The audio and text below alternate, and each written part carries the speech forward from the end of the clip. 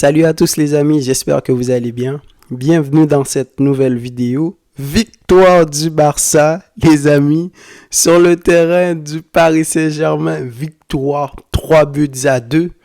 Qui l'aurait cru? Le Barça qui prend une option considérable en vue du match retour qui va se jouer chez nous à Montjuïc. Un Barça qui n'aura pas de Christensen, qui n'aura pas de Sergio Roberto. Mais quand même les gars, le match à laquelle je viens d'assister, c'était phénoménal. Qui l'aurait cru les amis? Qui l'aurait cru? Il y a quelques semaines ou quelques mois de cela, après le tirage au sort, franchement, on s'était dit, voilà, je pense que beaucoup de fans du Paris Saint-Germain, ils étaient contents parce que il ne pouvait pas tomber mieux sur un Barça qui n'était pas en confiance, un Barça qui a encaissé un minimum de 3-4 buts ou 2 buts par match. Mais la donne a changé. Hein. Aujourd'hui, c'était nous les vrais princes sur le terrain et on l'a confirmé avec une victoire 3-2.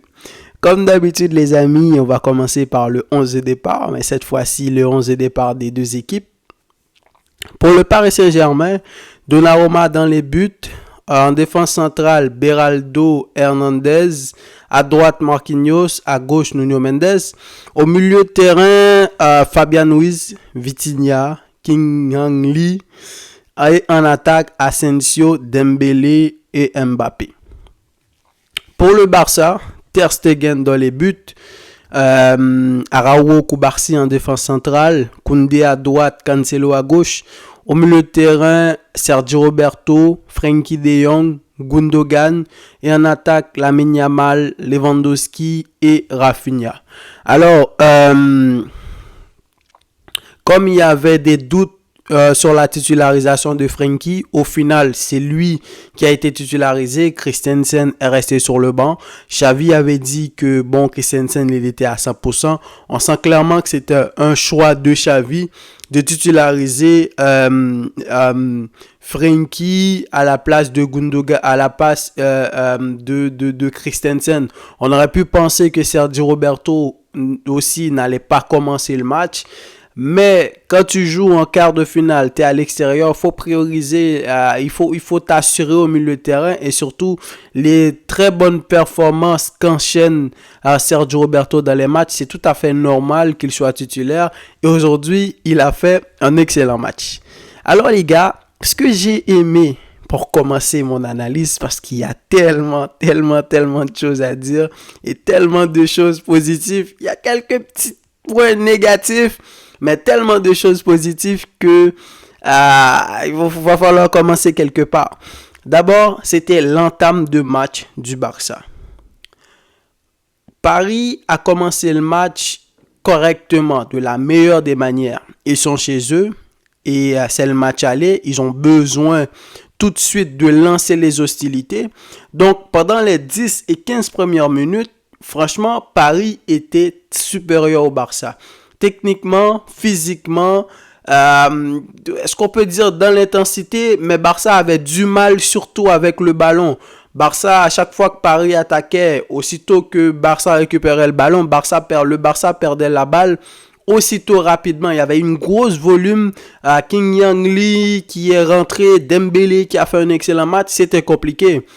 Donc c'est là où je dis que Barça a fait une très bonne entame de match. Parce que Xavi est venu avec son équipe. Dans leur tête, il leur a fait comprendre, il les a préparés à cela.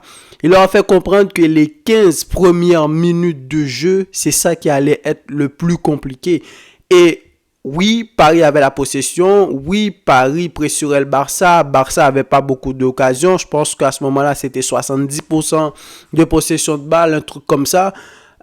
Mais en défense, ça a été solide. C'était tout un collectif.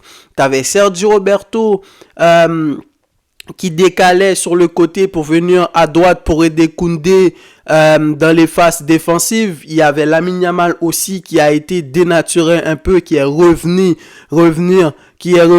quand il le faut. T'as Rafinha de l'autre côté qui revient défendre sur Dembélé avec Cancelo et surtout Cancelo qui est censé être le latéral, un des latérales les plus faibles défensivement. Mais aujourd'hui, il a été costaud. T'as Koubarsi, t'as Araujo qui a fait un excellent match et t'as Frenkie de Jong, Gundogan qui, quand tu as le ballon, qui arrive à te faire des petites actions qui te permettent de garder le ballon. Et ça, c'est ça qui a donné le rythme du match, qui a fait en sorte que le Barça a complètement dominé Paris dans cette première période. Oui, Paris a commencé, ils avaient la possession, ils avaient la balle, tout ça, mais il n'y avait aucune action dangereuse qui aurait pu inquiéter le Barça. Et petit à petit, Barça a commencé à prendre l'entame du match dès les 15e, 20e minutes de jeu. T'as un Frenkie de Jong qui est plus en jambes, un Gundogan qui revient chercher des ballons, un Sergio Roberto aussi, t'as Ter Stegen qui n'hésite pas à donner la balle, t'as Koubarsi, sa qualité, les gars, sa qualité défensive et offensive qui arrive à ratisser des ballons au milieu de terrain, et surtout Koundé, les amis. Koundé, franchement, le visage qu'il est en train d'afficher, c'est vraiment, il est excellent, les gars. C'est pour ça que j'arrive pas à comprendre comment tu peux avoir un joueur comme Koundé qui t'enchaîne ses bonnes performances comme ça, et t'arrives, il y a des moments où 4-5 matchs, tu sens que le gars, limite, tu te demandes même qu'est-ce qu'il fait au Barça. Ça peut être trop peur, hein, les amis, mais quel excellent match de sa part. Ensuite, Barça a commencé à dominer. Au moment où Barça a commencé à avoir le ballon, un Frenkie, et c'est pour ça que j'ai compris sa titularisation, parce que quand t'as Frenkie dans ton milieu de terrain, aussitôt il te permet de venir chercher des ballons, être capable dans la pression de conserver la balle.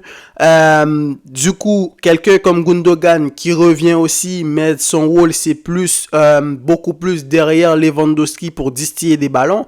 T'as Cancelo qui a fait un bon match, Koubarsi qui donne des passes.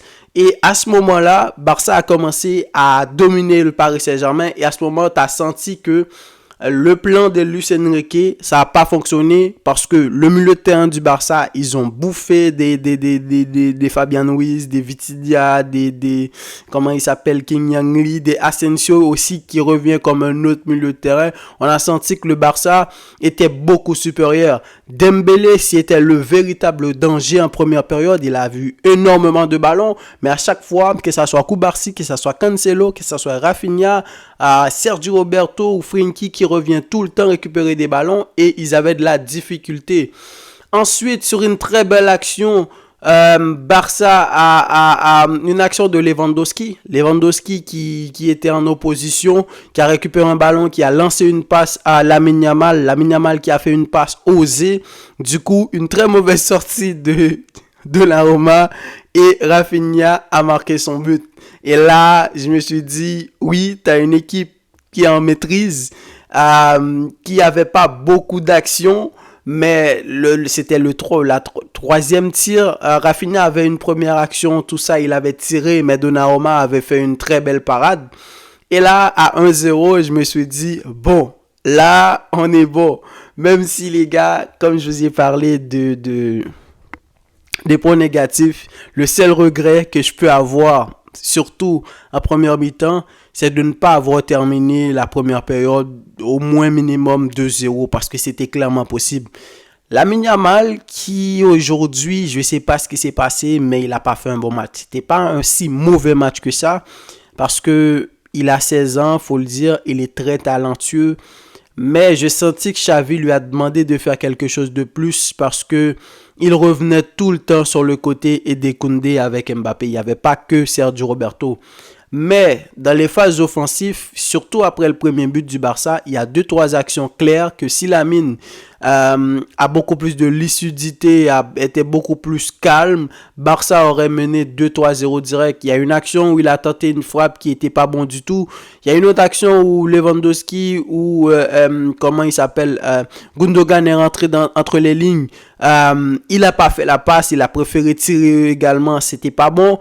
Cancelo qui avait trouvé une occasion où il est rentré.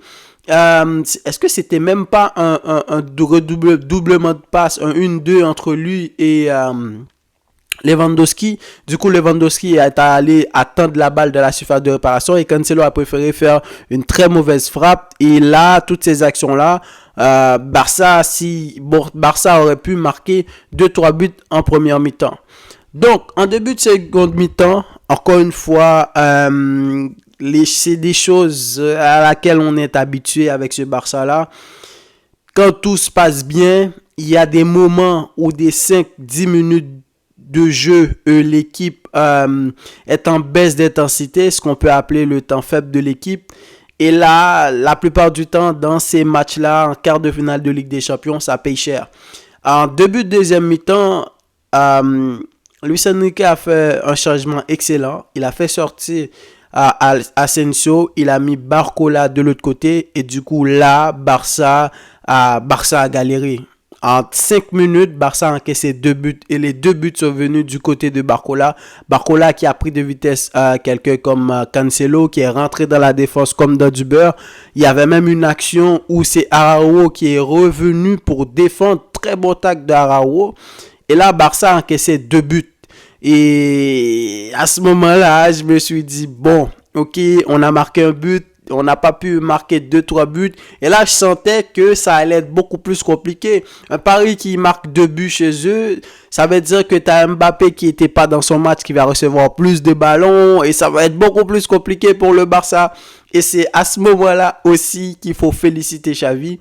Xavi aussi, il a su répondre. Autant en première mi-temps, c'est comme s'il avait calculé l'équipe de Luis Enrique. Du coup, il a mis son plan pour contrecarrer collectivement, bien sûr, cette équipe du Paris Saint-Germain en essayant de limiter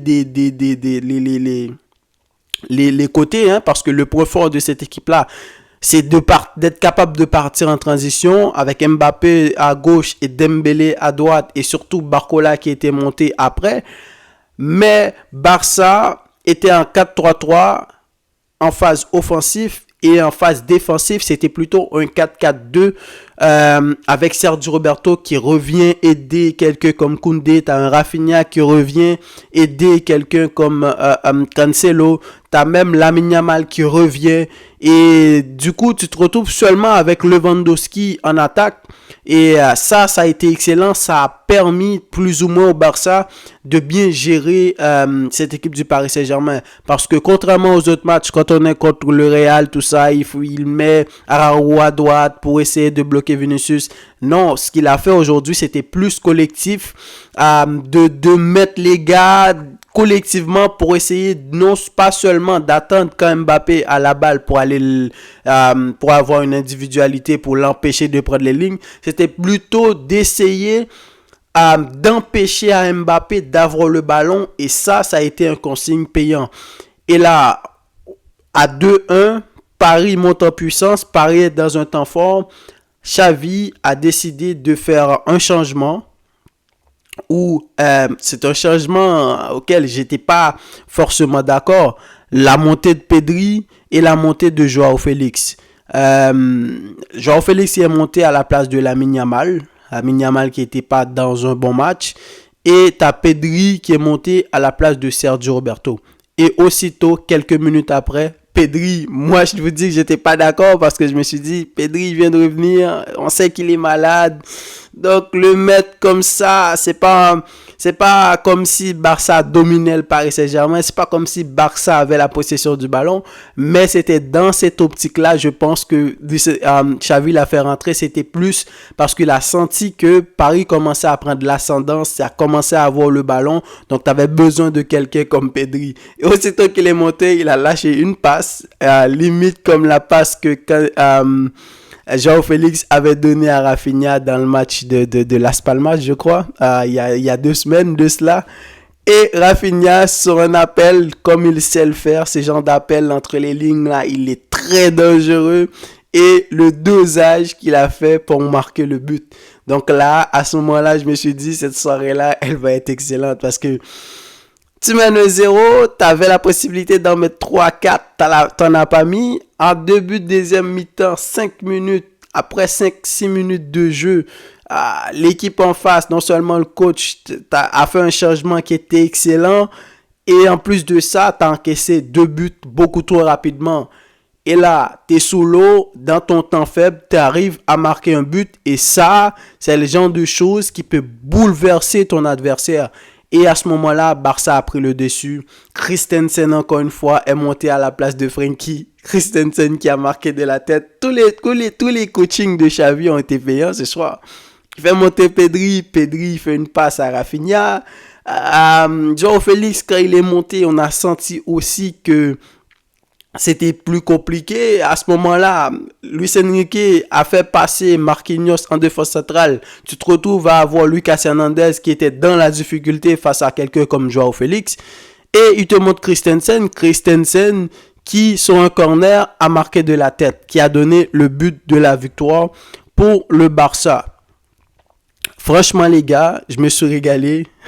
Je pensais pas que j'allais avoir un match comme ça. Je me suis dit, oui, à Paris, tout ce que j'espère, c'est de faire un bon match. Même si on perd, il faudrait que ça soit une différence d'un but. Mais là, la victoire, je m'y attendais pas. Donc, pour parler d'autres individualités, des individualités dans ce match-là, ça a été Rafinha.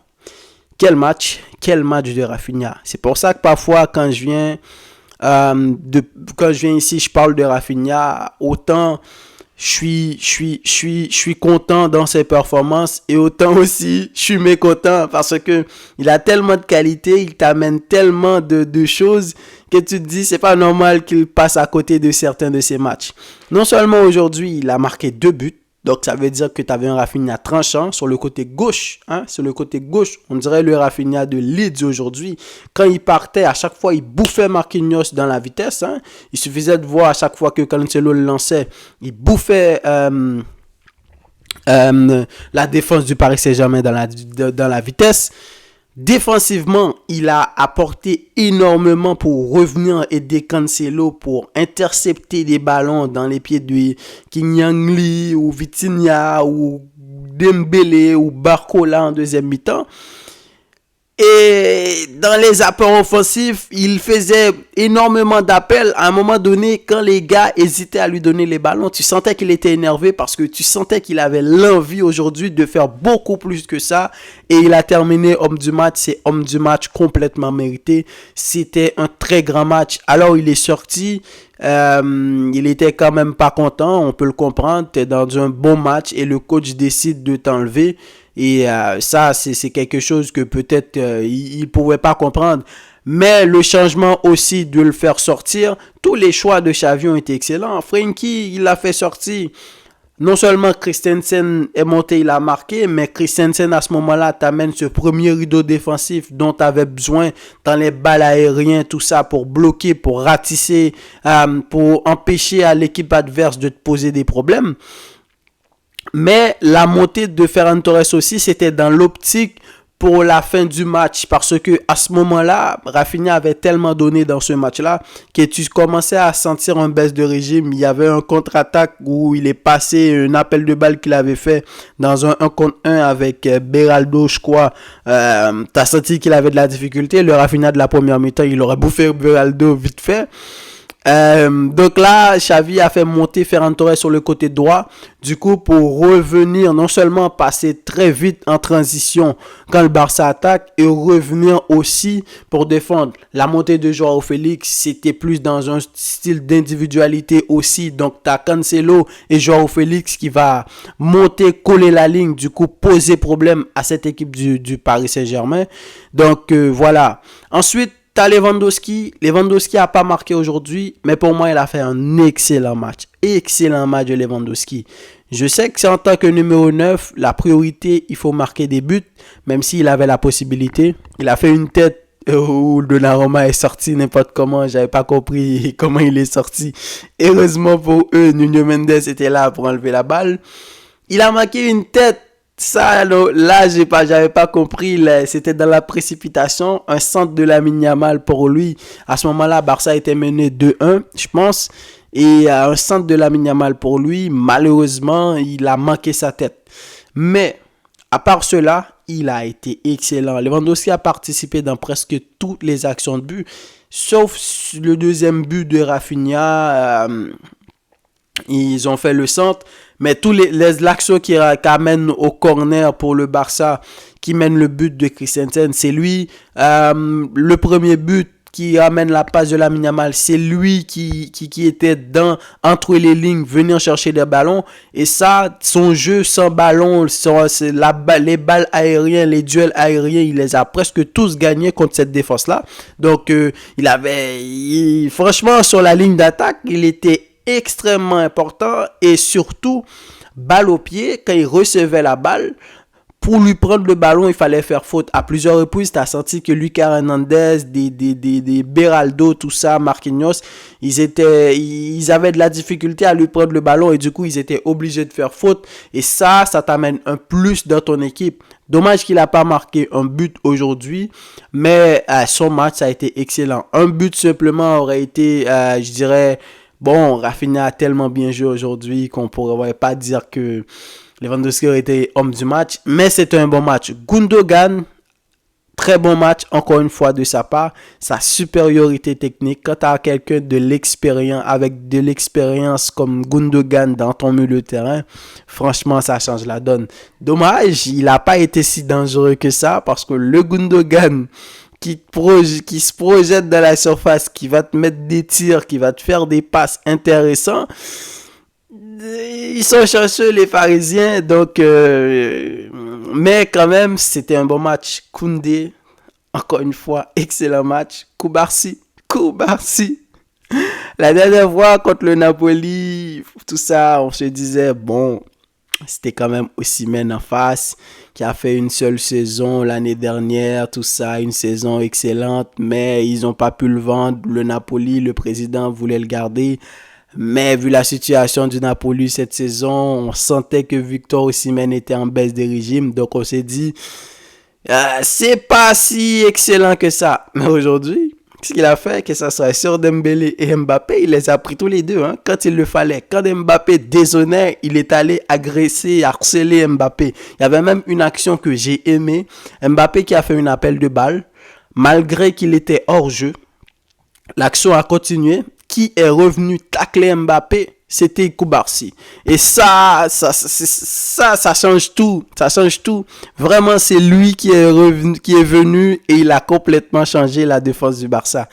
Et quand il a le ballon, son intelligence de jeu, les centres qu'il fait, son placement, les têtes qu'il fait, même les fautes, il a pris un carton aujourd'hui, même la faute qu'il a fait, c'était une faute intelligente. Parce que là, tu peux pas laisser Barcola à partir. Je me rappelle pas si c'était Barcola, mais c'était une faute importante. Araujo a été patron aussi. Il est revenu à plusieurs reprises sur Mbappé. Il y a une action où Mbappé est parti. Est-ce que c'était Mbappé ou Dembélé qui est parti? Il a fallu attendre, il a fallu avoir un grand Araujo. Il a une action sur Barcola où il est revenu défendre parce que là, cette passe-là, dans la défense, c'était dangereux. Barcola a hésité quelques secondes, ça a suffi pour Araujo de jaillir devant lui et tout ça pour récupérer le ballon. Koundé, encore une fois, a été excellent, que ça soit avec ballon, que ça soit sans ballon. Bien sûr, il a été aidé par ses coéquipiers, mais son placement sur le terrain, la puissance physique qu'il avait, alors qu'à un moment, je l'ai senti douter. Et Mbappé, il n'y avait pas vraiment moyen de prendre Koundé de vitesse, tellement que Barça était dans un système défensif tellement équilibré que à chaque fois qu'Mbappé avait la balle sur le côté, tout ce qu'il pouvait faire, c'est avancer un petit peu. Mais même s'il avançait, c'était pas dangereux. C'était pas comme s'il était complètement en 1 contre 1 contre Koundé.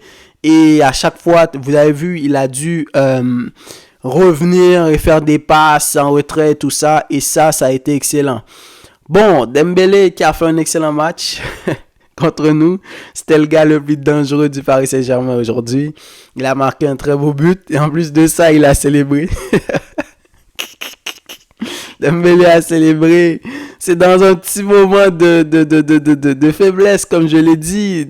Au départ du ballon, je pensais que Mbappé allait perdre la balle, mais il est tellement rapide qu'il a réussi à passer très vite derrière Koundé. Il a fait le centre, Dembélé crochet et très très très grosse frappe. Il a marqué son but. Ensuite, il a failli encore une fois marquer un autre but. Heureusement pour nous, c'était sur le poteau. Donc, il a été dangereux aujourd'hui. Même quand il était à gauche, il a été dangereux. Il est passé à droite, il a été dangereux. C'est même à gauche qu'il a marqué son but dans la zone de Mbappé. Ensuite, il est revenu au milieu de terrain dans ses déplacements, ses touchés, tout ça. On sent que c'était compliqué pour les joueurs du Barça. Vraiment un excellent match de sa part. Ça y est, Emery, quand il est monté aussi, ça a changé l'équipe. C'est à se demander est-ce que Luis Enrique a eu raison de ne pas le titulariser aujourd'hui, parce que quand tu regardes ce milieu du Paris Saint-Germain, t'as tous les joueurs qui sont quasiment similaires, des Vitinha, des Fabian Ruiz. Je dirais Vitinha, pour moi, il est supérieur parce que balle au pied, il est excellent, son intelligence de jeu, etc. Mais Fabian Ruiz, Kylian Lee, tout ça, Asensio, c'était des joueurs assez similaires. Il n'y avait pas vraiment quelqu'un qui pouvait vraiment déstabiliser la défense du Barça, à part Mbappé et Dembélé. Peut-être qu'il aurait dû avoir quelqu'un comme Ugarte ou Barcola aurait peut-être dû commencer. Je pense que au match retour, Luis Enrique il va vraiment donner un autre 11 de départ qui va vraiment nous poser beaucoup plus de problèmes. Mais voilà, Barça a été supérieur au Paris Saint-Germain quasiment presque pendant tout le match, en première mi-temps et en deuxième mi-temps, à part les 5-10 premières minutes où l'équipe était complètement déconcentrée, on s'est fait surprendre. Mais sinon, le reste du temps, Barça a dominé. Barça a été bon dans tous les compartiments du terrain. Christensen ne sera pas là. Sergio Roberto ne sera pas là non plus. Dommage. On a senti que Paris, en l'absence d'Hakimi, c'était problématique pour eux sur le côté droit. Mais quelqu'un comme Sergio Roberto, le match qu'il a fait aujourd'hui, ça prouve que il méritait sa place de titulaire dans ce match-là. Et surtout Christensen, quand il est monté aussi, il t'a amené cette bouffée d'air-là, cette stabilité-là défensive. C'est le premier rempart que tu devais prendre avant de prendre Araujo ou Koubarsi. Quand même, c'était des cartons que les gars ne pouvaient pas ne pas prendre. Hein. Que ça soit Sergio Roberto, c'est une faute très intelligente. Il a dû tirer le maillot du gars, tout ça. Donc, c'était un genre de contre-attaque qu'il a cassé. Christensen également, il n'avait pas le choix. C'était tous des fautes intelligentes. Et malheureusement, ces genres de fautes-là, ça vient avec les cartons. Dommage qu'ils vont pas être là, mais quand même, je me dis, si t'as un Pedri qui revient en forme, t'as un Frenkie maintenant qui pourra jouer tout le match, t'as un Gundogan, voilà, on sait pas ce que ça peut donner. Alors autant que je suis content les amis, parce que ça faisait longtemps les gars, ça faisait longtemps qu'on n'y était pas. Être capable de gérer le Paris Saint-Germain comme ça, tu étais en face de Mbappé, l'un des meilleurs joueurs du monde actuellement, et tu as su le bloquer, le faire vivre une mauvaise soirée ce soir. Vraiment, ça a été compliqué. Et surtout en attaque, tu as réussi à marquer, tu as réussi à avoir un Rafinha excellent. Donc, au match retour, imagine, tu as un autre Rafinha comme ça et tu as Lamine Yamal qui est beaucoup plus excellent. Ça peut donner des choses, mais quand même, pour terminer cette vidéo, je vais rester serein parce que pour moi, le Barça et le Paris Saint-Germain, c'est deux équipes similaires. Je pense que Paris reste encore favori selon moi, comme a dit Xavi, parce que Mbappé, autant qu'il n'a pas joué un gros match aujourd'hui, je pense qu'au match retour, il va essayer de se donner à fond. Et Dembélé également qui a énormément de choses à prouver. Il a envie de prouver, on le sent, il a envie de prouver aux dirigeants du Barça qui selon lui ne l'aimait pas, qui avait des mauvais comportements contre lui. Donc c'est pour ça qu'il s'est pas gêné aujourd'hui de célébrer son but. Donc ça va être compliqué, ça va quand même être compliqué pour le Barça. Mais avoir pris cette option-là, arriver comme ça à l'extérieur en quart de finale contre le Paris Saint-Germain, tu le gagnes 3-2, 4-2 ça aurait été mieux, 5-2 ça aurait été mieux, mais ça reste une victoire et il faut féliciter les gars du Barça. Alors il y a tellement de choses à dire dans ce match que il y a peut-être certaines choses que j'ai loupées. Si vous avez des joueurs que vous avez trouvé encore excellents, faites-le moi savoir dans les commentaires. Donnez-moi vos avis, tiens, donnez-moi vos avis dans les commentaires. Dites-moi qu'est-ce que vous en avez pensé, si ça soit les fans du Paris Saint-Germain ou les fans du Barça. Et je lirai tout ça, bien évidemment. Voilà, c'est tout pour la vidéo, les amis. Je vous retrouve demain pour l'analyse des deux autres quarts de finale, à savoir Arsenal, Bayern Munich et l'Atlético de Madrid qui a gagné aujourd'hui 2 buts à 1. Salut!